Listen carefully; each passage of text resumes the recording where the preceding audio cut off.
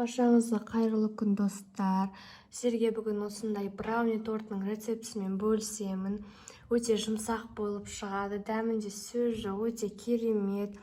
Іші ылғалды, ол өзі брауниға тән нәрсе. Сары майға біз шоколад қосамыз. Енді осыны микроволновкада ертіп аламыз. Шоколад пен сары майымыз ерігенше ыдысымызға жұмыртқамызды жарып саламыз.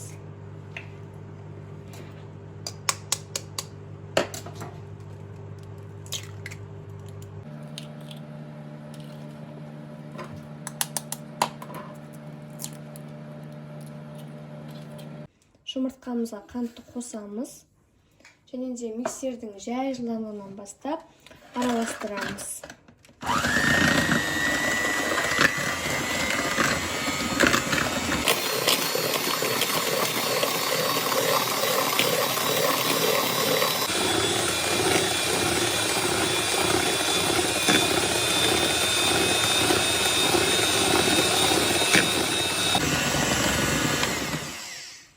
Жұмыртқамыз екі есеге ұлғайды.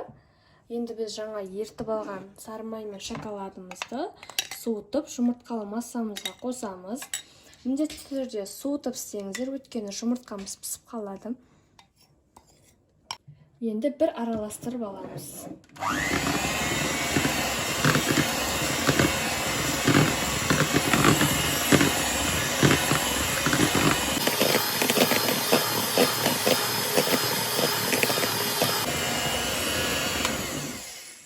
Жақсылап араластырып алдық. Енді бұл жерде електен өткізілген ұн, какао, қопсытқыш осы үшеуін жақсылап араластырып, жұмыртқалы массамызға қосамыз.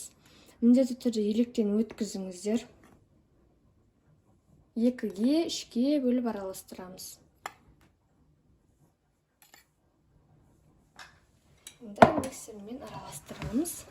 Бірінші кішкене араластырып аламыз шашырамас үшін.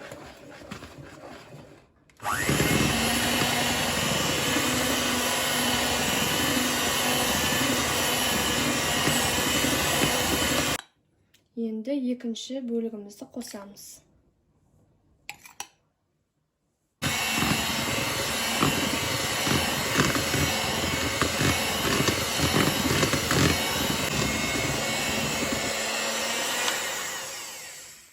Біздің массамыз дайын болды.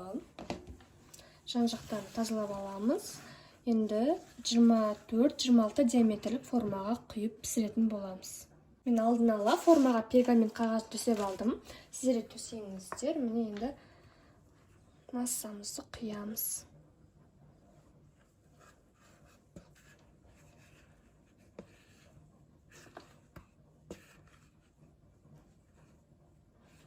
Пирогымызды 180 градус қызып тұрған пеште 30-35 минут пісіреміз. Міндетті түрде қызып тұрған пеште салыңыздар. Уақытын өз пештеріңізге қарай нақтылайсыздар. Біздің брауниіміз пісті. Мен пропитка ретінде сүт пен какаоны қолдандым. Сіздер ганаш қолдансаңыздар болады, немесе ештеңе қоспасаңыздар да болады. Соғаннан соң барып формасынан босатамыз. Осымен біздің брауниіміз дайын. Өте жұмсақ, іші өте ылғалды болып шығады. Менің каналыма тіркеліп кетіңіздер, әлі де көп рецепттер болады.